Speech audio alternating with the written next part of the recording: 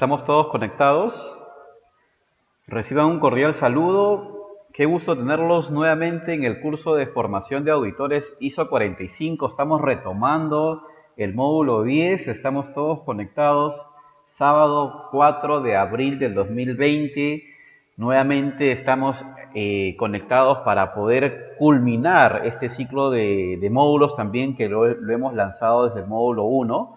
Ok, si tú estás ya llevando hasta el módulo 10, estás entrando y estamos entrando al capítulo 8.1. Y en esta oportunidad te voy a compartir toda la experiencia que he podido recopilar a lo largo de las auditorías de certificación que hemos realizado en la norma internacional ISO 45001 y también a lo largo también de los procesos, en este caso también de consultoría que hemos podido realizar como Solution Consultores. Vamos a no solamente a revisar el requisito nuevamente, sino también te voy a dar algunas herramientas importantísimas, producto de la experiencia, de qué es lo que debemos ver cuando estamos con el ojo de auditor. Una cosa es la interpretación y la implementación de la ISO 45001, y si has llevado, digamos, los módulos también de 45001 en la modalidad de interpretación e implementación, te felicito realmente, pero cuando estamos con el ojo de auditor, tenemos que tener algunos conceptos y competencias distintas, ¿ok? Y le hemos venido comentando a lo largo de anteriores módulos. Y te voy un poco a recordar algunos puntos importantes que hay que tener en cuenta cuando procedemos la auditoría en el capítulo 8. Este es uno de los capítulos más importantes porque se dice mucho de que la efectividad de la planificación de un sistema de gestión de seguridad y salud se ve en que también realizamos el control operacional. De hecho, que esta cláusula es una de las cláusulas que más utilizan los auditores de certificación para poder asegurarse que está en conformidad. Esto quiere decir que muy atento al requisito 8.1, que es uno de los puntos claves dentro del proceso de auditoría y es uno de los requisitos que más audita la certificación también cuando una empresa va a poder certificar.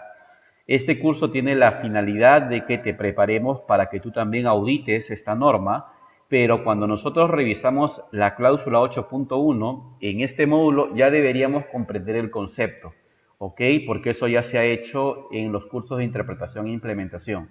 Y si no has revisado ese módulo, te recomiendo que vayas al módulo de interpretación e implementación que también está libre en nuestro canal de YouTube y también hay un enlace al final que te voy a compartir donde puedes tú repasar este capítulo.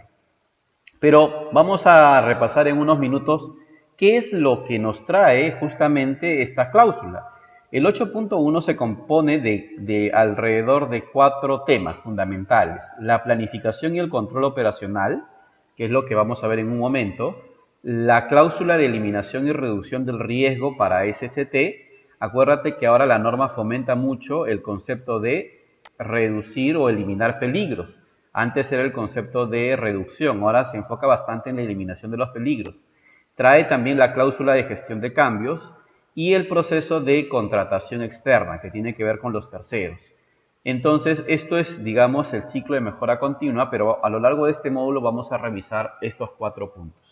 Recuerdo mucho de que cuando yo comencé a auditar en general los sistemas de gestión de seguridad y salud, un auditor de muchos años de experiencia, ya tenía más de 25 o 30 años auditando los sistemas de gestión de seguridad y salud. En este caso todavía era la OSA 18001, ¿no? En su versión 99 todavía creo que se estaba auditando, pero estaba aterrizado en un concepto de homologación todavía. Él me decía de que una de las competencias más importantes que el auditor de seguridad debería tener es tener un ojo preventivo cuando va a campo, cuando va al área de trabajo, cuando va al lugar de trabajo. Debe tener la capacidad de poder detectar si justamente las condiciones del lugar de trabajo, las condiciones del ambiente de trabajo, el comportamiento de la persona están cumpliendo, digamos, estándares de seguridad que eviten que se accidente. Cuando nosotros decimos esto es porque cuando auditamos el 8.1, mucho del método de auditoría que emplean los auditores es el segundo método. ¿Se acuerdan ustedes cuando vimos el curso de formación de auditores, había 3 métodos de auditoría que podemos emplear para la recopilación de evidencias. Revisión de documentos y registros era uno, observación de actividades era el segundo, y entrevistas, ¿sí? En el capítulo 8 se usa mucho la actividad de observación de actividades, porque el auditor va al área de trabajo y observa con mucho detenimiento cómo es que se está realizando la actividad y si esa actividad está cumpliendo con la planificación del control operacional. Entonces es muy importante que cuando te audites el capítulo 8 tengas el tiempo necesario para poder visitar el área, para poder observar la actividad, para poder hacerte un recorrido por la fábrica, para hacerte un recorrido por el servicio que se está brindando. A diferencia de otros estándares internacionales, la ISO 45001 es una norma in situ. Tenemos que ir al lugar de trabajo cuando auditamos. No es como podría decirse que en ISO 9001, que mucha parte también de la auditoría en el desarrollo del servicio se puede hacer documentalmente. Aquí, señores, vamos a tener que pisar terreno, vamos a tener que auditar. Inclusive en este escenario del coronavirus que se está dando a nivel mundial, la última reunión que tuve con unos entes certificadores nos comentaban que, por ejemplo, en el caso de las auditorías a distancia o las auditorías remotas, va a existir un reto para el equipo auditor el poder dar conformidad al 8.1. ¿Por qué? Porque es una cláusula in situ, es una cláusula en campo, ¿no? Es una cláusula en la cual tenemos que observar la actividad. Y es por eso, por ejemplo, que en auditorías de seguimiento es posible que se dé un plazo adicional para poder pasar la auditoría o posiblemente se va a hacer de manera remota. Pero en una auditoría fase 2, en una auditoría de certificación, es muy probable que todavía no se pueda realizar este tipo de auditorías en la modalidad remota, porque en este caso el 8.1 va a haber la necesidad de verificar in situ, ¿no? Y quizás va a haber ahí algún tipo de acuerdo, convenio, conversación con la entidad certificadora para que si ellos aceptan en esa modalidad remota, quizás van a tener que visitarte como una auditoría extraordinaria para completar el circuito. Entonces, bastante cuidado. Si eso lo hacen, por ejemplo, en auditorías de tercera parte, más aún nosotros tenemos que tener bastante cuidado en cómo damos la conformidad con respecto a este requisito del 8.1.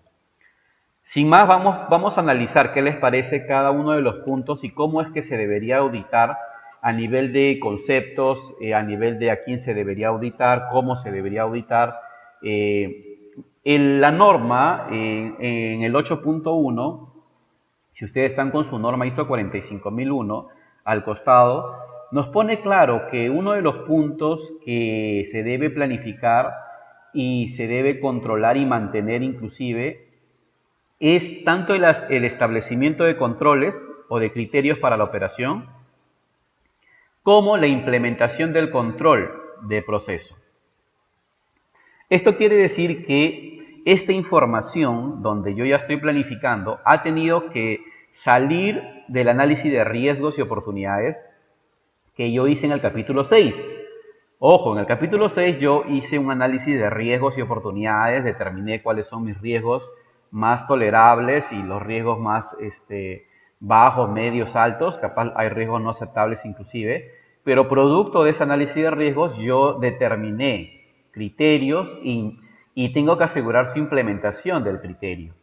Esto quiere decir, por ejemplo, cuando la norma te habla de criterios de operación, yo podría como auditor observar que la actividad, por ejemplo, que estoy auditando, vamos a suponer que tiene una caldera, ¿cierto? Entonces, si estoy auditando el requisito de criterios de operación, mi pregunta sería, ¿de qué manera, anoten, de qué manera se ha establecido los criterios de operación, ¿no?, para esta caldera con respecto, por ejemplo, al volumen, con respecto a la temperatura, con respecto a la purga, ¿no?, con respecto, digamos, a la cantidad de combustible que tiene que ingresar, porque podría haber un riesgo operacional también que ocasione un accidente de trabajo. Ellos me tendrán que demostrar, Alex, quizás los criterios están en un manual de operaciones, quizás están también documentados en el manual del fabricante, quizás también están documentados quizás en la misma caldera, Entonces yo tengo que auditar de qué manera se ha establecido esos criterios. Alex, está en el manual del fabricante y ese manual del fabricante forma parte de tu sistema de gestión, sería la segunda pregunta, ¿no? ¿Por qué? Porque si es un manual del fabricante, posiblemente es un documento externo. Y por 7.5, información documentada, yo debería controlar esa información externa. ¿Correcto? Entonces, ya lo tiene establecido. En el B, tú te aseguras que se implementó, que se ha implementado. Esto quiere decir de que, ok, aquí me dices, por ejemplo, que el flujo de agua que ingresa a la caldera es de tantos litros. ¿Podría ir a la caldera y verificar dónde puedo yo asegurarme que es tantos litros? O aquí en tu manual dice que esto tiene que controlar la temperatura de un rango A a un rango B. ¿Podría yo ir a la caldera para ver cómo está controlada esa temperatura? ¿No? Entonces, en el punto B, tú te aseguras de, a través de la observación de la actividad, a través de la evidencia del registro, que esto esté implementado. Por eso es que el A y el B van juntos. Uno es el establecimiento del criterio y otro es justamente la implementación del control. Y esto es producto del análisis de riesgos. Obviamente, si hay un riesgo de SCT, de la posibilidad que la caldera maneje, digamos, flujos fuera del estándar, pues va a afectar a la operación y pueda afectar también a la seguridad y salud en el trabajo porque puede ocasionar un accidente. Entonces, esto es lo primero, por eso que la norma te pone claro y te deja, digamos, que tú como auditor te asegures que esto esté corriendo, esté implementado. El punto D es un punto muy importante porque también nos dice que la organización debe planificar, implementar, controlar y mantener información documentada en la medida necesaria para confiar que los procesos se lleven de acuerdo a lo planificado. Es en este punto donde, por ejemplo, tú como auditor puedes analizar si efectivamente la documentación o la información documentada es necesaria y es la apropiada para justamente controlar el proceso. Yo soy de las personas que no fomenta, digamos, la excesiva carga documental que pueda tener un sistema de gestión, pero tampoco soy de las personas que te dice, ten lo mínimo y necesario. ¿Por qué? Porque es un criterio de acuerdo a la complejidad del proceso. O sea, no nos vayamos ni a un extremo ni al otro, pero de acuerdo a la complejidad del proceso, de acuerdo a la actividad de alto riesgo que tú estás analizando, tienes que documentar de una manera estandarizada que permita que el resultado sea confiable y reproducible. Si yo tengo un procedimiento escrito de trabajo, un procedimiento escrito de trabajo en altura, por ejemplo, la idea de documentarlo y tenerlo estandarizado no es el beneficio final para el sistema de gestión. Un sistema de gestión no es mejor que otro por mayor cantidad de procedimientos. Sin embargo, si ese procedimiento se aterriza a la cultura y ese procedimiento está socializado en las mentes del grupo de trabajo y se aplica en la operación A como en la operación B, ¡pum! Tu sistema de gestión es muy fuerte, muy profundo. ¿Por qué? Porque en algún momento te diste el trabajo de documentarlo, pero en algún momento también esa documentación sirvió como gestión del conocimiento para evitar errores. Empresas de años de trabajo, un cambio en el procedimiento puede ocasionar inclusive un accidente de trabajo porque puede flexibilizar los controles. Entonces, señores, aquí hay que tener bastante información y bastante cuidado de en qué medida yo tengo que tener procedimientos o información documentada necesaria para confiar que el proceso se ha llevado a cabo según los planificados. Si yo hago actividades en altura, por ejemplo, puedo tener mi procedimiento escrito de trabajos en altura, un procedimiento escrito en espacio confinado, procedimiento escrito para trabajos eléctricos, procedimiento escrito para excavaciones, procedimiento escrito para manejo de químicos, procedimiento escrito para justamente todo lo que es transporte, que es otra actividad bastante riesgosa. Hay sectores en donde, por ejemplo, esto ya es normativo. O sea, tú no puedes decidir, aquí sí tengo un procedimiento y aquí no. Por ejemplo, en minería el marco legal es muy estricto y ya te dice en qué actividades es obligatorio un procedimiento escrito de trabajo seguro.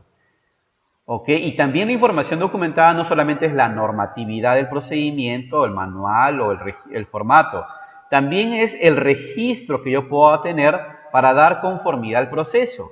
Aquí entra a tallar lo que nosotros como auditores conocemos muy bien, los permisos de trabajo de alto riesgo, la autorización. Los auditores le ponemos bastante énfasis aquí, por ejemplo, para ver si ese trabajo se ha hecho con la autorización respectiva. Y encontramos algunas veces hallazgos, como por ejemplo que el permiso de trabajo no tiene las autorizaciones respectivas, ¿no? Ese es un hallazgo bastante típico, se les voy comentando ya para que ustedes acorten la curva de aprendizaje, o que el permiso de trabajo, por ejemplo, un permiso de trabajo de espacios confinados, la parte de la atmósfera explosiva está en blanco, por ejemplo. Un permiso de trabajo en altura. El mismo permiso dice, por ejemplo, una prueba especial para trabajos en altura. Tú le pides al auditado, a ver, muéstrame por favor cuál es esa prueba especial. No, no, Alex, no lo tengo. Solamente copié un formato de otra empresa y lo adapté. Pero nunca me aseguré de capacitar al trabajador, nunca me aseguré de asignar los recursos de acuerdo a ese estándar que estoy proponiendo. Entonces, aquí el tema no es que tengas el registro bien llenado. Aquí el tema es que cuando estás haciendo la verificación del permiso de trabajo, tú tengas la seguridad de que estés colocando los controles necesarios para que no exista un accidente de trabajo. Si tú mides la atmósfera explosiva es justamente para descartar la posibilidad de gases tóxicos. La evidencia, obviamente, final va a ser un permiso de trabajo que te va a servir para auditoría, para fiscalización, de hecho, para demostrar también en tu sistema de gestión que has seguido el protocolo. Pero aquí el estándar es lo que te evite el accidente de trabajo. Entonces, eso tengámoslo bien claro, señores auditores, y tenemos que tener la suficiente capacidad de poder revisar el contenido y cómo se ha llenado esta información documentada. Entonces, a veces los auditores pasan muy rápido este tema. Yo me acuerdo en una auditoría también de OSA 18001, en una auditoría interna, que me invitaron también como coauditor. Era una actividad, por ejemplo, de construcción, había muchas actividades de alto riesgo y el auditor pasó muy rápido el tema de los permisos de trabajo. No, pidió un permiso, me parece, para una actividad de alto riesgo y ni siquiera revisó. Me acuerdo que estaba todavía mal llenado, ¿no? Entonces, inclusive, en auditorías de certificación, yo recuerdo mucho que ha existido mayores, no conformidades mayores, porque se ha llenado de manera incorrecta el permiso de trabajo. O peor aún, no se ha tenido el registro cuando la actividad se ha autorizado.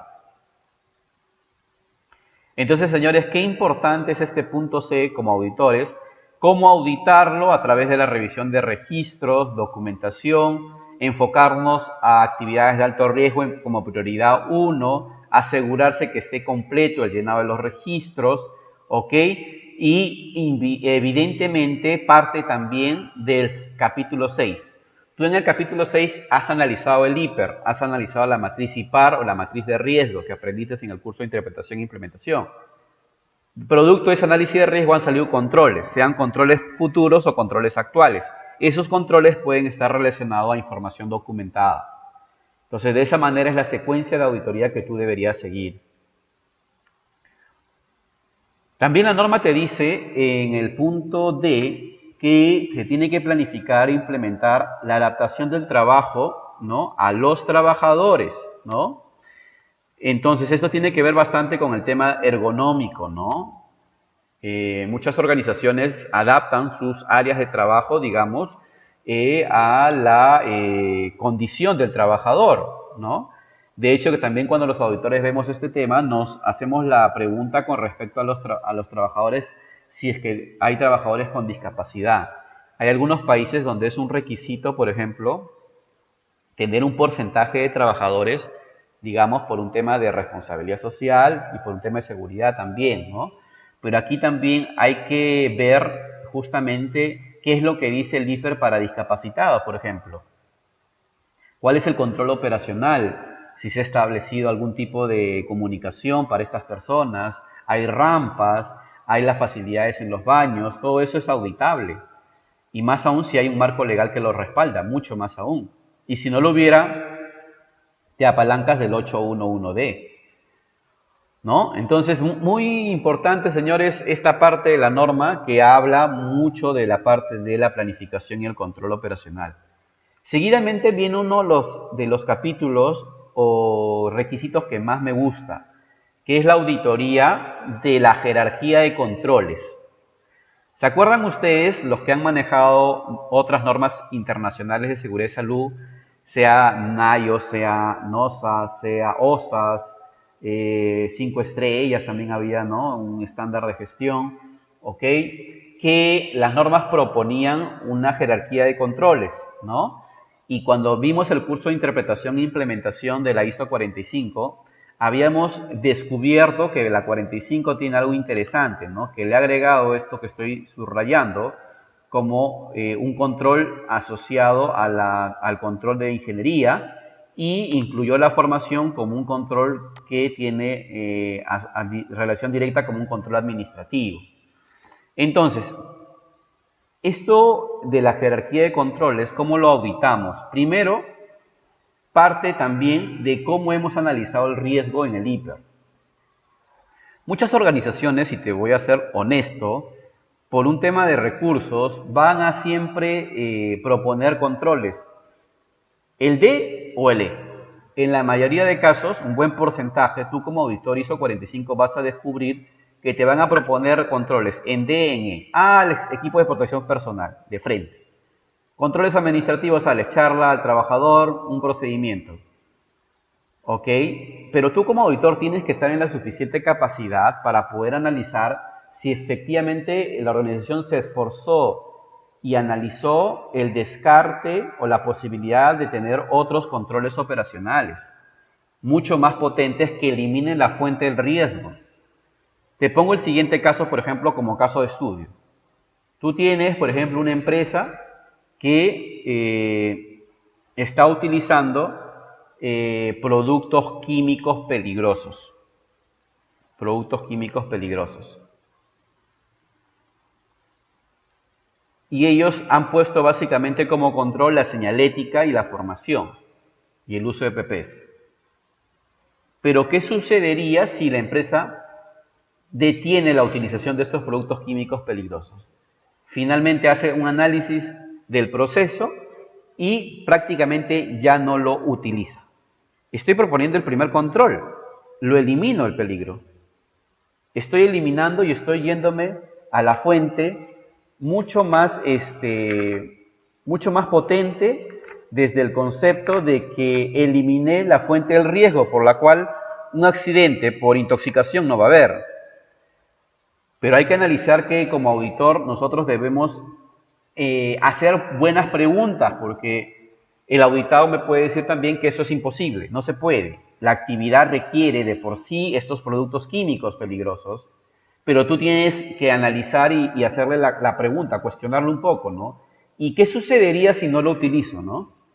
¿No? O sea, a ver como auditor si hay la posibilidad de que él ha podido apostar por un control mucho mejor que elimine la fuente del riesgo, teniendo en cuenta también los recursos, ¿no? Entonces la norma, eso es lo que la norma te dice, inclusive yo siempre digo que como auditores tenemos que estar con nuestra norma al costado, y en el anexo de la norma, que es algo muy importante, en el 812 nos dice, por ejemplo, ¿no? que las medidas de control que se debe apostar en un sistema de gestión deberían partir de suprimir los peligros o eliminarlos, ¿no? Eso es muy importante dentro de un sistema de gestión. Habrá situaciones donde esto no es viable, es lógico, te voy a dar la razón.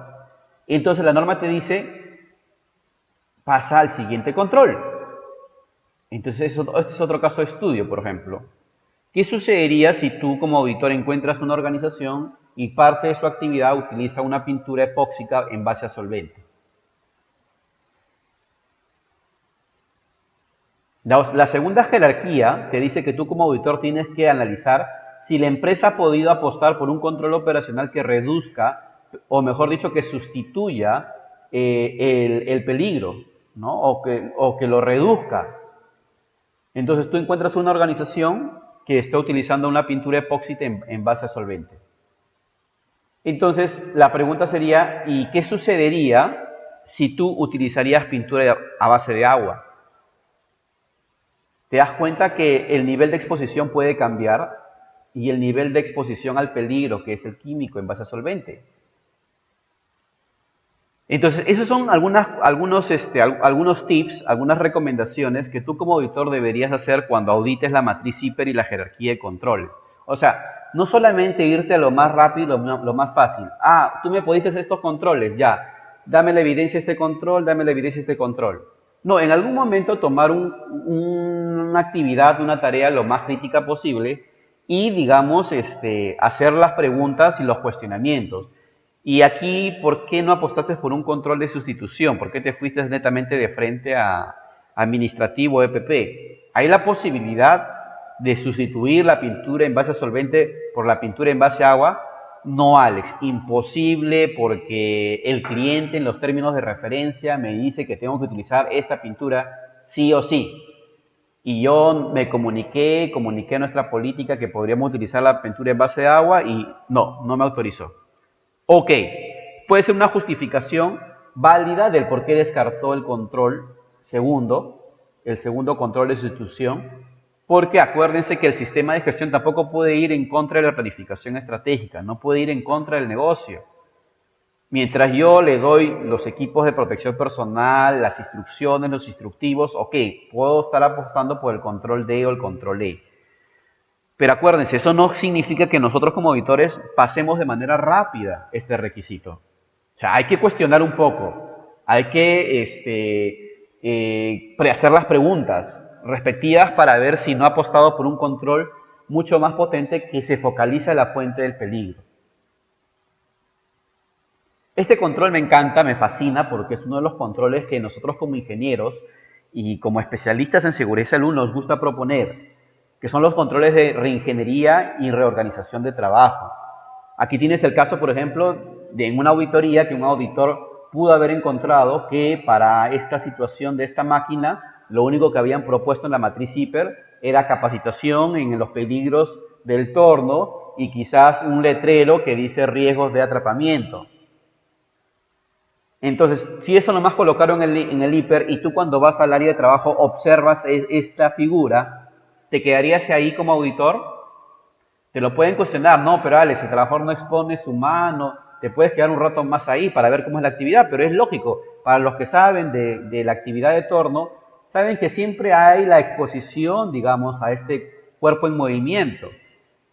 Entonces, una organización que realmente apuesta por estos temas, y ya tenía en cuenta bien la ISO 45001 en la jerarquía de controles, habrá hecho un control de ingeniería, ¿no? De protección, como vemos en la figura 2.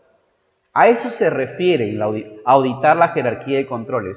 Tú como auditor estás en la capacidad de cuestionar también qué control se ha colocado y puedes tú, digamos, en función al nivel de riesgo que coloques, analizar esta jerarquía, ¿no?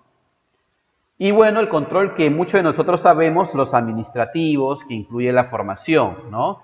Procedimiento escrito de trabajo seguro, los registros, los permisos de trabajo, las señaléticas, las capacitaciones. Entonces, uno de los controles que sí o sí, digamos, siempre tenemos en cuenta como parte del proceso de reducción de riesgos dentro del control operacional, ¿no? Pero no solamente tenemos pues que irnos de frente a este control. Y bueno, para reírnos un ratito y amenizar el tema, ya que estamos en una situación, digamos, internacional, no crean que los auditores no están preparados para ir ahora a las auditorías remotas. ¿Ah? Posiblemente vamos a estar así, ¿no? Bueno,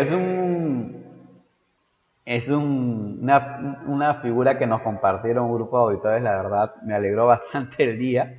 Obviamente que como auditores también nos tenemos que proteger, tenemos que pues llevar nuestros equipos de protección personal, pues no ahora que hay un escenario también de pandemia a nivel mundial, que tengo la seguridad, señores, que nos va a traer buenas lecciones aprendidas, nos va a hacer y nos está haciendo mejores personas, mejores seres humanos, nos está haciendo ver la inmensa solidaridad que tenemos como personas y cómo es que nosotros y nuestras prioridades han cambiado en base a esta situación, ¿no? Y obviamente, hoy por hoy, por ejemplo, no hubo charla de seguridad que no hiciera que todas las personas en el mundo usaran, por ejemplo, su mascarilla, ¿no?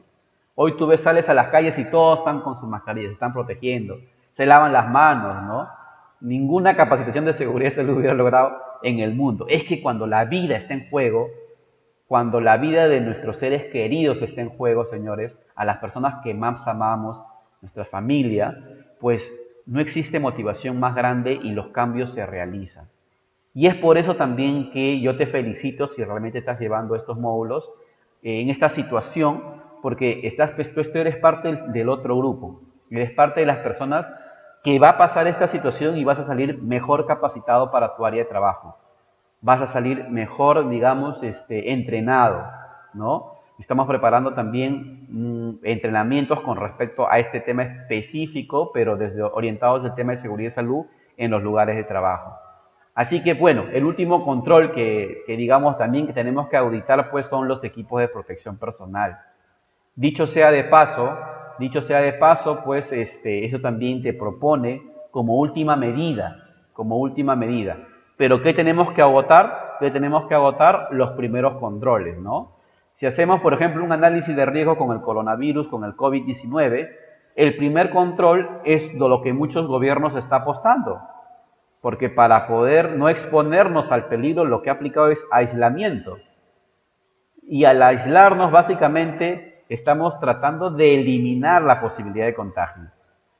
Entonces, ese es un control interesante, muy potente, porque si solamente estuviéramos aplicando, por ejemplo, lavado de manos, uso de respiradores, y todos se exponen, no hay aislamiento, pues va a ocurrir como en otros países que vamos a tener muchos muertos, porque esta pandemia pues sigue su curso logarítmico y no discrimina, ¿no? Entonces, ese mejor ejemplo que ha aplicado el gobierno de varios países, que es el aislamiento, apunta a este tema, ¿no? De la eliminación del peligro. Aunque obviamente no es un 100% porque obviamente es un peligro biológico que está ahí, ¿no? Presente, no está eliminado, pero digamos va en ese rumbo, ¿no? De aislarnos del peligro, ¿no?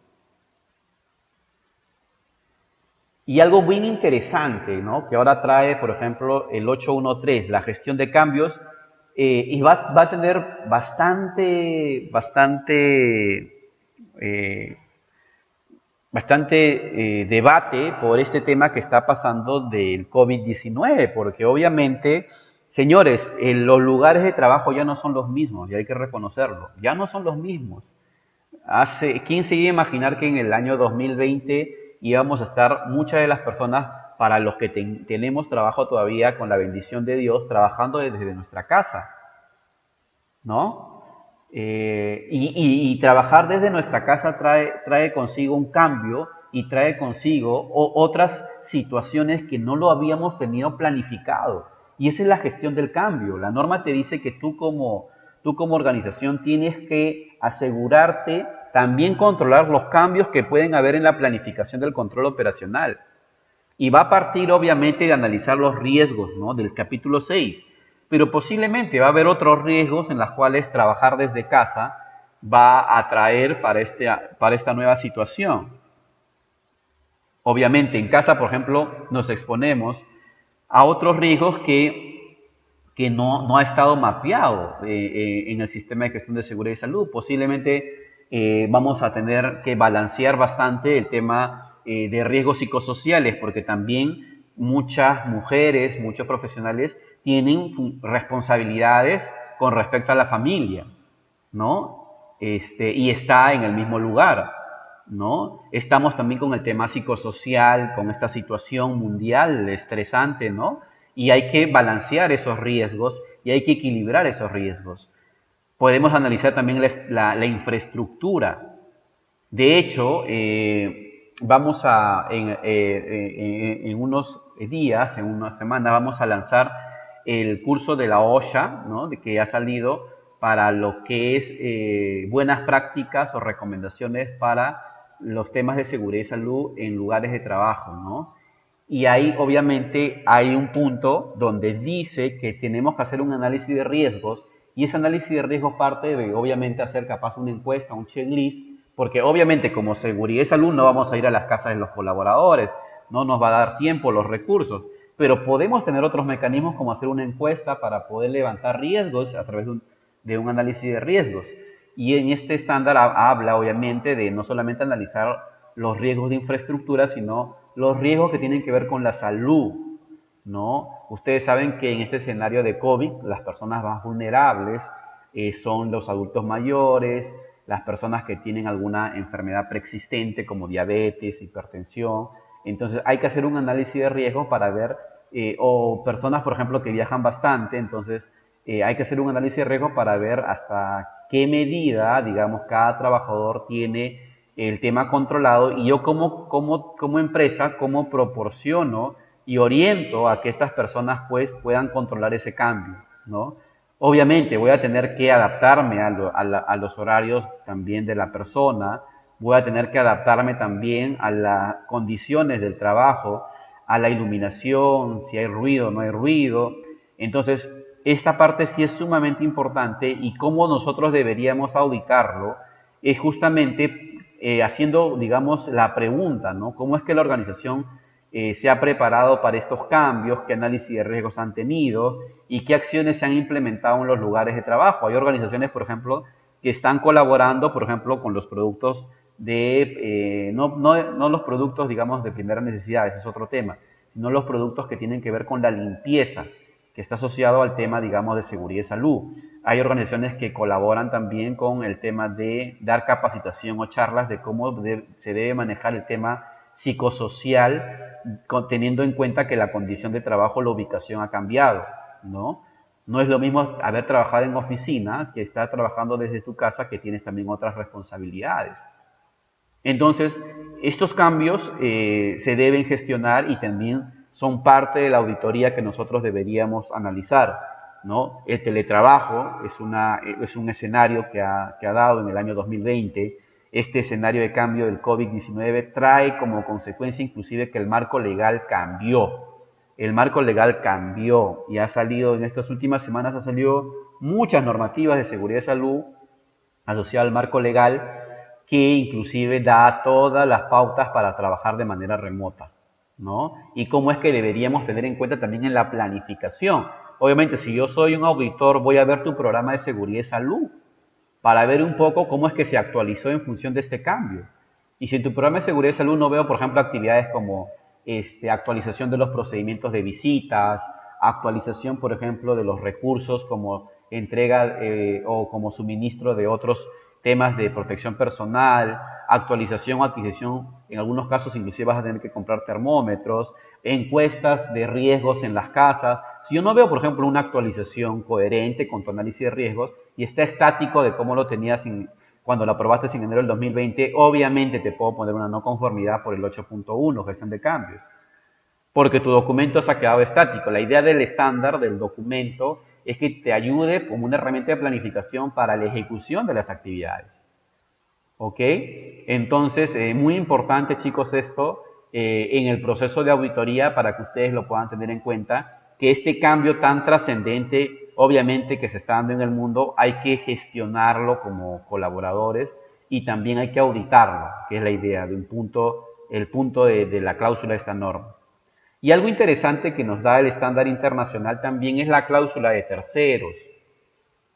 Este estándar internacional tiene su requisito, el 814, que tiene que ver básicamente con las compras. Y ya los que auditábamos en los temas de seguridad y salud sabíamos de que uno de los riesgos importantes en todo sistema de gestión de seguridad y salud son los terceros. Y a veces los terceros, a veces no se accidentan los trabajadores, se accidentan los terceros.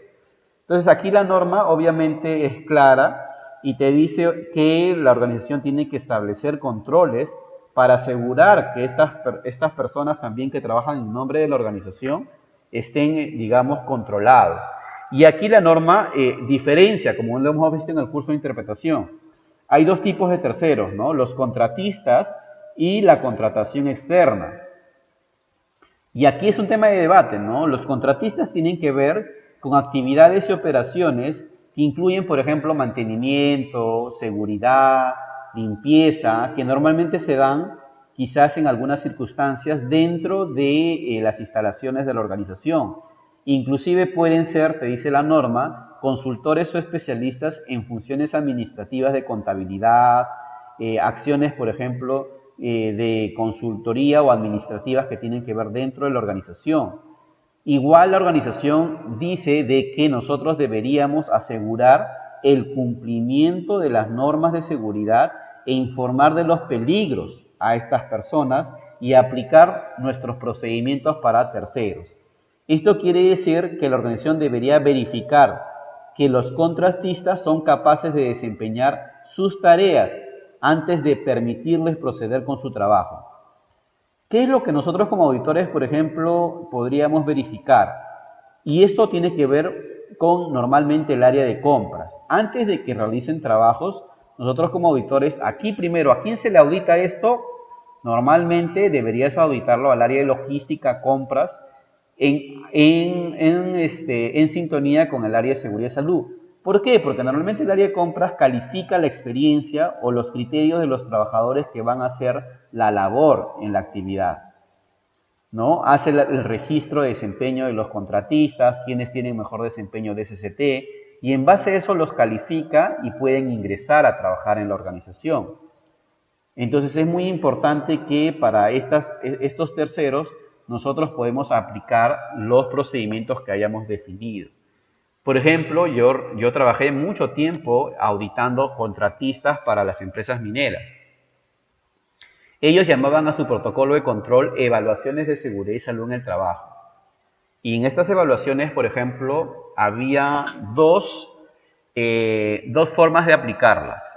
Primero, para un contratista nuevo. Era un contratista que quería trabajar en la mina, entonces tenía que pasar por un protocolo de seguridad de 80 preguntas y si no pasaba, simplemente no podía trabajar con la mina, ni siquiera podía presentar su propuesta o su contrato. Y otro era para los contratistas que ya trabajaban para la mina y tenían que evaluar su desempeño. Entonces tenía que ir a mina, auditar en campo y poder inclusive revisar los estándares y el cumplimiento del sistema de gestión de seguridad aplicado para contratistas.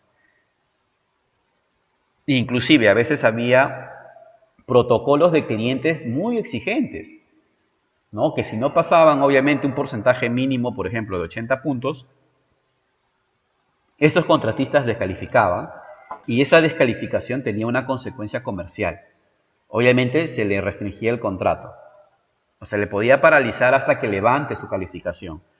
Eso le llamaban en muchos casos homologación de proveedores, ¿no? Entonces, en los años 2008, 2009, me acuerdo mucho que viajaba bastante por Perú, auditando a contratistas con protocolos de la mina, con protocolos del sector petrolero, del sector de energía, y obviamente era el control que ya desde ese entonces aplicaba. Pero hoy por hoy la norma también nos habla de la contratación externa. Y la contratación externa, básicamente la norma lo que te dice es que la organización debe controlar los procesos y funciones contratados externamente, ¿no? ¿Y qué tiene que ver la contratación externa con el tema, digamos, de los contratistas, ¿no? Normalmente la contratación externa está asociada a terceros que realizan también actividades para la organización y algunas de estas actividades no están bajo el control de la organización. Puede estar fuera, digamos, de las instalaciones, puede tener en su propio taller, ¿no? Entonces tú como organización no quiere decir que me voy a deslindar de toda aplicación del sistema de gestión de seguridad y salud porque ellos están fuera de mi sistema. Pero acá la norma también te dice, yo como organización debería, de acuerdo al grado de control, ¿no? Debería tratar de definir algunos controles para evaluar, digamos, inclusive temas de comunicación de lo que el tercero debería cumplir. Entonces hay algunas organizaciones, y esto aplica normalmente para proveedores de productos, ¿no? O empresas que están, digamos, no trabajando dentro del site geográfico, y hay algunas organizaciones o clientes, por ejemplo, que básicamente lo que les pide es cierta documentación básica de su sistema de gestión. No los audita, no los inspecciona, no los fiscaliza porque está fuera de su control, pero sí le dice, oye, ¿tú quieres venderme un producto? Ok, Dime si al menos tienes esta documentación básica y cumplimiento legal. Tienes un reglamento interno, tienes tu matriz IPER, tienes tu política y en la comunicación, en la orden de servicio, yo te voy a colocar una cláusula que tú debes cumplir todo el marco legal asociado a los temas de seguridad y salud. Entonces, no me canso porque obviamente este tercero está fuera, digamos, del control. Está fuera del control porque, digamos, realiza la actividad en su propio taller, pero ese no exime a la organización de determinar en qué grado este tercero lo tengo que llamar en mi sistema de gestión de seguridad y salud, ¿no? Y, por ejemplo, en el caso de las minas, que yo le decía a estas empresas que no ingresaban a la mina, la mina le aplicaba otro protocolo que ya es un tema básicamente de homologación, más simple, de documentación, y no era necesario la auditoría de un día y medio que le hacía dentro de la mina. Entonces la flexibilidad en la contratación externa era mucho más comprensible y digamos también el resultado ayudaba mucho en la toma de decisiones estratégicas. Muy bien, señores, muchísimas gracias por su tiempo. Esta parte del control operacional nos hemos pasado de los 30 minutos, pero considero importante explicarlo bien para que ustedes puedan tener las herramientas importantes de cómo es que nosotros deberíamos tener la suficiente importancia en el momento de la auditoría.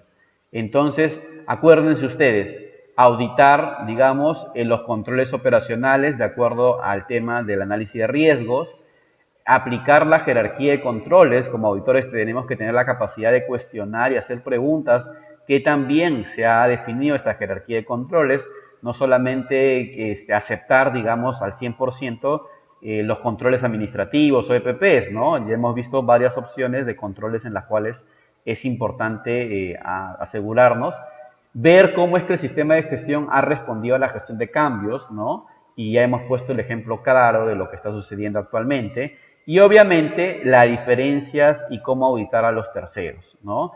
Bueno, señores, ha sido un gusto de mi parte. Vamos a pasar, si los que están viendo esto en vivo, vamos a pasar a la ronda de preguntas. Y sin más, también comentarte que para los que quisieran también seguir especializándose y no han visto los otros módulos de interpretación e implementación, aquí está el link, les estoy compartiendo, está organizado en este link, 20 módulos totalmente libres, señores. O sea que no hay excusa para capacitarse. Módulos que tienen la misma calidad y el tiempo inclusive que estamos dándole a estos módulos de especialización. Y para los que quieran seguir hasta la meta final, obviamente hay también un proceso de certificación opcional y está también claro en este link cuál es la inversión que ustedes tienen que hacer. Y esta certificación, obviamente, sí hay un proceso de un trabajo y un examen de certificación. ¿Ok? Y también para los que están siguiendo el módulo de auditor, les comento también que ya a partir del día lunes se va a habilitar la certificación de auditor. Obviamente también va a ser pasado por un proceso y se va a contemplar estas horas académicas que ustedes están teniendo desde el módulo 1 hasta el último módulo que se va a dictar, incluye el módulo 10. Entonces, aquí también en este enlace van a ustedes encontrar la recopilación de los módulos libres y también vamos a tener la información de la certificación del curso de formación de auditores. Y si tú ya has llevado este curso de especialización, te invito a que hagas tu upgrade para que puedas complementar con tu certificado de auditor interno. Así que no hay excusas para capacitarte y si lo quieres ver en temas de modalidad libre, porque entendemos también el tema de lo que estamos pasando, también en este enlace he colgado los videos libres en la modalidad de ISO 45001. Sin más, señores, cualquier consulta sobre las certificaciones también me puedes escribir de manera personal o a los correos que estamos colocando también en la presentación. Si te ayudó este video, si te gustó, si has aprendido algo importante para tus competencias, ayúdanos a compartir con otros profesionales. Es la forma de que puedas agradecer este esfuerzo que hacemos inclusive con todo el equipo que se prepara para poder dar lo mejor a ustedes y puedan actualizarse, ¿ok? Y obviamente para los que están llevando la modalidad privada, no olvides dar tu examen de certificación al finalizar el curso. Pasamos entonces a la ronda de preguntas. Cualquier consulta, duda, algún tema con respecto a algún servicio, consulta sobre la ISO 45001, nos pueden escribir. Aquí están nuestros datos. Muchas gracias, un fuerte abrazo, ¿ok? Y nos vemos en el siguiente módulo, el módulo 11, gestión de emergencias. Pasamos entonces a la ronda de preguntas. Saludos con todos.